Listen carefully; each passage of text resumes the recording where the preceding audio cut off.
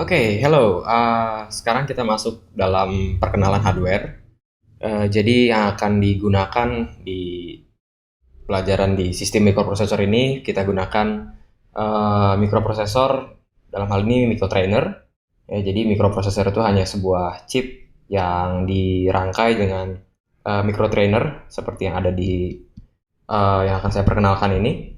Jadi ini adalah mikroprosesor evaluator atau yang dikenal sebagai microtrainer. Jadi mari kita lihat apa sih isinya. Untuk video ini saya akan coba perkenalkan hardware dan juga beberapa tombol di sini fungsinya. Sorry kalau misalkan ini masih belum bagus cahaya dan gambarnya, nama juga coba-coba. Well anyway, ini adalah microtrainer ya. Kenapa namanya microtrainer? Karena sudah termasuk di dalamnya ada input dan output, bukan hanya mikroprosesor ya. Jadi yang akan saya perkenalkan pertama, kalau kita lihat di sini ini nggak jauh seperti PCB pada umumnya ya. Jadi PCB pada umumnya yang sudah dirangkai sedemikian rupa yang bisa digunakan untuk belajar mikroprosesor. Dalam hal ini Z80. Nah, di ujung kiri di sini ini adalah Z80-nya ya. Jadi kalau mungkin saya putar ini. Nah, ini adalah Z80-nya ya, Zilog Z80 CPU. Nah, ini yang selama ini kita pelajari ya. Di dalamnya ada perintah-perintah dan juga bagaimana dia bisa berhubungan dengan komponen yang lainnya. Jadi ini adalah mikroprosesornya dari Z80. Kemudian ke kanannya ini adalah EEPROM ya, ini adalah EEPROM. Ya, kenapa diberikan semacam lakban ini? Karena kalau EEPROM ini katanya kalau dibuka, saya sendiri belum pernah nyoba sih. Kalau dibuka, kalau kena cahaya dia terhapus. Kemudian ini kosong, nggak tahu juga ini buat apa. Saya juga belum mengulik semuanya. Yang sebelah kanan di sini adalah RAM ya. Ini adalah RAM, Random Access Memory, yang nanti memorinya itu dari 1800 sampai 1 FFF, di mana kita simpan semua kode dalam heksadesimal yang kita tuliskan untuk memprogram Z80. Kemudian ke bawahnya ini ada IC 8255, ini IC yang cukup sakti ya. Jadi IC ini yang menghubungkan Z80, EEPROM, RAM dan juga semuanya. Ada keyboard di sini, kemudian ada output berupa 7 segmen. Jadi bisa dibilang bahwa dia yang mengatur semuanya ya. Bagaimana input masuk ke Z80 kemudian ditampilkan dalam bentuknya bisa dalam 7 segmen, maupun nanti kita akan pelajari bagaimana dia masuk ke LED juga ya, untuk bisa kita program LED. Itu untuk ke kanan sedikit, ini ada ini seperti earphone, tapi memang ini untuk bisa kita simpan programnya ya, jadi kuno banget. Jadi di sini nggak ada flash disk by the way. Jadi cara untuk menyimpannya adalah dengan menggunakan pita kaset ya, pita kaset yang dulu yang ya mungkin yang zaman saya tahu itu ada pita kaset yang pita magnetik. Nah, disitulah program Z80 bisa disimpan dan juga bisa dibaca ya. Di sini jadi ada 2. Kemudian di sini ada input 5 volt ya. Nanti kita akan coba. Di sini udah ada yang sudah saya hubungkan ke terminal listrik. Nanti gitu colok. Nah, ini semua akan berfungsi. Kemudian ke bawah sedikit, di sini ada speaker ya. Kita bisa bahkan memprogram suara di Z80 ya. Ya, itulah suara yang kita dengar di game-game arcade yang kalau kita main dulu. Kita ya, mungkin zaman saya kali ya. Nah, sekarang kayaknya udah nggak main lagi. Anyway, masuk ke komponen selanjutnya yang penting. Di sini ada CTC ya. CTC itu singkatannya dari Counter Timer Channels ya. Ini untuk mengatur nanti waktu ya. Dalam hal ini mungkin nanti dalam project kita bisa coba bagaimana memprogram lampu lalu lintas sederhana ya, waktunya dapat diprogram melalui CTC ini. Kemudian yang terakhir ini adalah PIO. Jadi ini Zilog CTC ini Zilog 80 atau Z80 PIO, yaitu Parallel Input Output ya. Inilah dimana yang memungkinkan Z80 berhubungan dengan dunia luar. Dalam hal ini bisa bentuknya LED, switch, sensor, bahkan aktuator ya. Jadi nanti kita akan pelajari itu. Kita masuk ke bawah ya. Mungkin saya bisa nyalakan sekarang. Jadi kita tinggal nyalakan. Ini powernya sudah mulai menyala. Ini UPRO. Jadi mikro ini seperti mikro kan ya, prosesor ya. Saya nggak tahu juga ini satunya apa.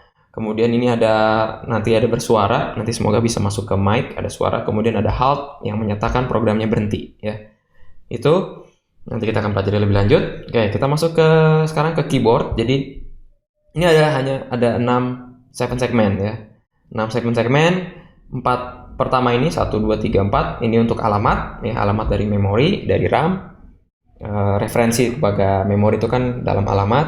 Kemudian 2 segmen lainnya ini adalah untuk datanya ya, data dalam hexa. Jadi kalau 1 digit hexa ini setara dengan 4 bit biner, kemudian sebelah juga 4 bit biner. Jadi karena ini adalah microprosessor 8 bit, berarti 4 tambah 4 jadi 8 bit ya, begitu. Oke, next. Di sini ada tombol reset ya, warna merah sendiri. Ini untuk mereset mikroprosesor ya. Jadi begitu saya tekan ini, sistem akan terreset. Namun bukan berarti programnya hilang, tapi hanya reset saja. Dan by the way, karena ini kuno banget, bukan kuno sih ya, mungkin klasik, kita bisa simpan hanya dalam bentuk tape ya. Ini intermezzo sedikit. Jadi kalau misalkan saya cabut powernya, itu juga berarti bahwa programnya juga hilang ya. Oke, saya colok lagi. Tuh, oke, kita masuk ke tombol yang penting lainnya yang akan kita gunakan nanti. Ini reset, kemudian ada PC ya. Nah, kalau saya pencet ini tone-nya nyala, dan mungkin semoga kalian bisa dengar juga. Ini PC adalah program counter, di mana ini menyatakan untuk program kantor terakhir, di mana alamat yang terakhir kita akses ya. Dalam hal ini, kalau saya reset PC, dia akan mulai dari alamat 1800 ya. Kemudian apa ini FF? Tadi saya sudah jelaskan bahwa by default ini adalah alamat pertama 1800. Kemudian FF adalah data yang ada di alamat 1800 ya. Itu kemudian next ke bawah sedikit, ini ada reg, ini untuk mencek register ya, seperti yang sudah dijelaskan di video sebelumnya. Ini ada register untuk mengeceknya. Jadi begitu saya pencet reg, ini ada reg, di sini ada register. Di sini ada tombol yang warna putih untuk heksadesimal ya. Jadi ada 0 1 2 3 4 5 6 7 sampai F karena heksadesimal. Kemudian tadi saya mau ngapain? Oh, cek register ya. Jadi kalau saya tekan register, saya mau cek register A isinya berapa. Saya taruh di sini ya. Register A, di sini ada register A, maka 7 segmen ini menjadi milik dari register A, isi dari register A. By default isinya FF, kemudian register F yaitu flags, juga FF, kemudian saya bisa cek yang lain. Ini register BC, pasangan register DE, register HL yang bisa digunakan untuk alamat pointer, kemudian register AF aksen, jarang kita gunakan, ya saya juga jarang gunakan karena cukup menggunakan register yang ada tanpa aksen saja. Kemudian ada register apa lagi? Oh, register EX ya, yang isinya adalah 16 bit ya. Jadi kalau register A ini hanya 8 bit, 4 bit, 4 bit. Sementara untuk register EX isinya ada 16 bit ya. Kenapa 16? 1 hexa isinya kan 4 bit, jadi 1 2 3 4 4 kali 4 16. Kemudian register EX ya. Oke, kita lanjut lagi ke bawah. PC, kemudian tombol lain yang penting adalah data ya. Nah, data untuk mengisi data dari alamat tersebut ya. Oke. Saya tunjukkan mungkin kalau saya ketik data di sini ya, by default ini sudah ada titik di sini, artinya kalau saya tekan tombol yang putih di sini, jika titiknya ada di data, maka saya memodifikasi bagian data ya, itu. Kemudian negatif ya, tanda negatif ini untuk ke alamat sebelum alamat yang tertulis di di 7 segmen ya. Contohnya kalau saya tekan negatif, ini ada ke alamat yang lain, alamat sebelumnya 1800, yaitu alamat yang terakhir adalah 17FF ya. Itu jarang juga saya gunakan sampai sejauh itu. Jadi positif adalah alamat setelahnya ya. Jadi yang negatif sebelum, positif. Kalau saya mau isi, katakanlah ini karena kebetulan saya nggak tahu kenapa ini nggak bisa diisi alamat 1800. Tapi kalau saya plus, ini alamat 1801, satu alamat isinya 8 bit, jadi saya bisa ketik di sini isinya, contohnya 3E, kemudian saya mau isi 20 gitu, 20. Nah, itu caranya ya. Jadi sepanjang ada titik di data, kalau saya tekan tombol input di sini warna putih, maka yang berubah adalah datanya. Oke, next apa lagi? Oh, ini yang penting lagi, address ya. Kita lihat begitu saya tekan address, titiknya pindah ke alamat. Artinya kalau saya tekan bagian yang putih ini, saya akan memodifikasi bagian alamat. Contohnya, saya ingin ke alamat 1900, saya tekan ADDR address 1900. Oke, bisa dilihat. Sekarang 1900 by default isinya FF. Saya mau ganti, caranya gimana? Saya tekan data, kemudian saya tekan lagi berapalah, katakanlah C6 plus ini masuk ke 1901 ya, masuk ke berapa? 12 gitu ya. Ya, itulah contohnya. Oke.